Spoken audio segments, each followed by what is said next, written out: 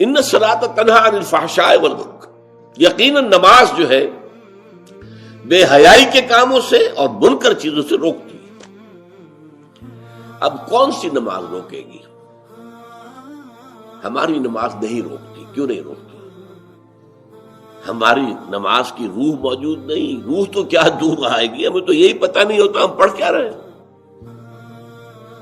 It's a parrot like repetition, یاد ہے بس پڑھ دیا جلدی سے جلدی کیا اور اندازہ خیص ہو گیا۔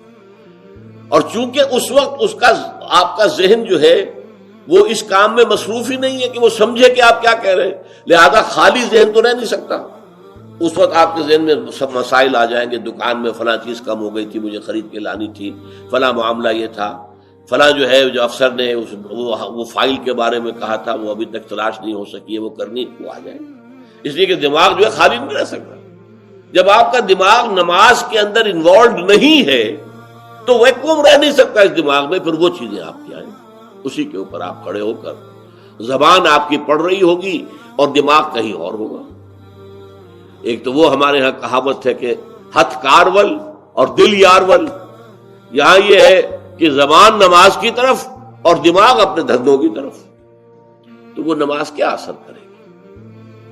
لیکن نماز کی روح موجود ہو، اس میں حضور ہو کہ میں کھڑا ہوں اللہ کے حضور میں ہوں، سجدہ کرے تو محسوس کرے کہ میں نے اللہ کے قدموں میں اپنا سر رکھ دیا۔